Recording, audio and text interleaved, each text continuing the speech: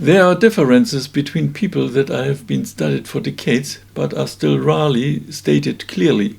One of them is the distinction between type A and type B. This video looks at why this difference has been described but never fully thought through, and why this still leads to massive misunderstandings in relationships, communication, and decision-making. Hello, my name is Sieg. I am the founder of NAVORES and the author of Talking Won't Fix It. A core function of NAVORES is personal development, not in the sense of psychology or awareness, but in terms of biologically rooted mechanisms that shape behavior, communication, and human interaction under pressure. When we talked about type A and type B, we are not talking about character, not about upbringing, and not about something you can simply train away. We are talking about biological systems that take over automatically under pressure. This is the crucial point that is almost always left out. One central name in this context is Daniel Kahneman. With his distinction between two thinking systems, he set global standards and was rightfully awarded to the Nobel Prize. System 1 reacts fast and automatically. System 2 reacts slowly and reflectively. This is correct, but is not the full picture. Because these two systems are not just thinking styles, they reflect different inner states. One state operates under pressure, the other remains internally regulated. And this step has never been clearly named in public discussion. Once you understand that type A and type B are not psychological patterns, but biological operated modes, everything changes.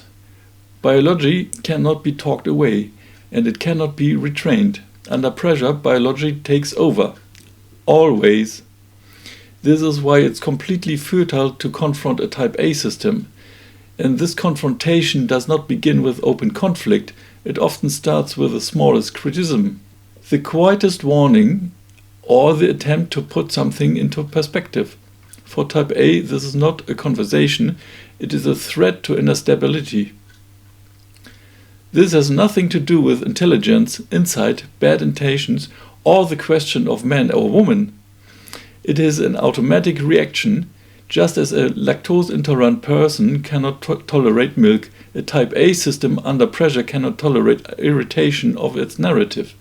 This is not opinion, this is biology. A lactose-intolerant person cannot learn to tolerate milk. Period. They can live with it. They can avoid certain foods, but they cannot change it. In the same way, a type A system cannot regulate or rebuild itself under pressure. Biologically, this is not possible. Type B, on the other hand, can take a type A functions. Type B can adapt, control, endure, and function, and this is where the real problem begins. Because to stabilize itself, type A must control its environment, and in doing so, type A dominates the system and socializes type B according to its standards. Type B therefore slips into roles that feel wrong over time, but are still carried out because they are treated as normal. It is like a person who tolerates lactose perfect well, but consumes only lactose-free products for their entire life. You can live like that.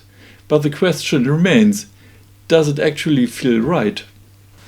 Under pressure, the dynamic intensifies. Even pointing out a possible risk, even saying we should take a closer look, can cause a type A system to shut down biologically. Warnings may be noticed, but they are not integrated. Not out of stubbornness, but because they cannot be processed biologically. Once type B understands this, many things stop being surprising. Hope fades, explanations stop, and behavior is no longer psychologized. Type A is no longer a moral category, but a functional drawer. You open it, you understand it, and you close it again. The reason this distinction has been ignored for so long likely lies right here. A world strongly shaped by type A dynamics has little interest in making this dominance visible, neither consciously or unconsciously. At NAVORES, this is exactly what we do. We make these mechanisms visible, not to judge people, but to classify reality.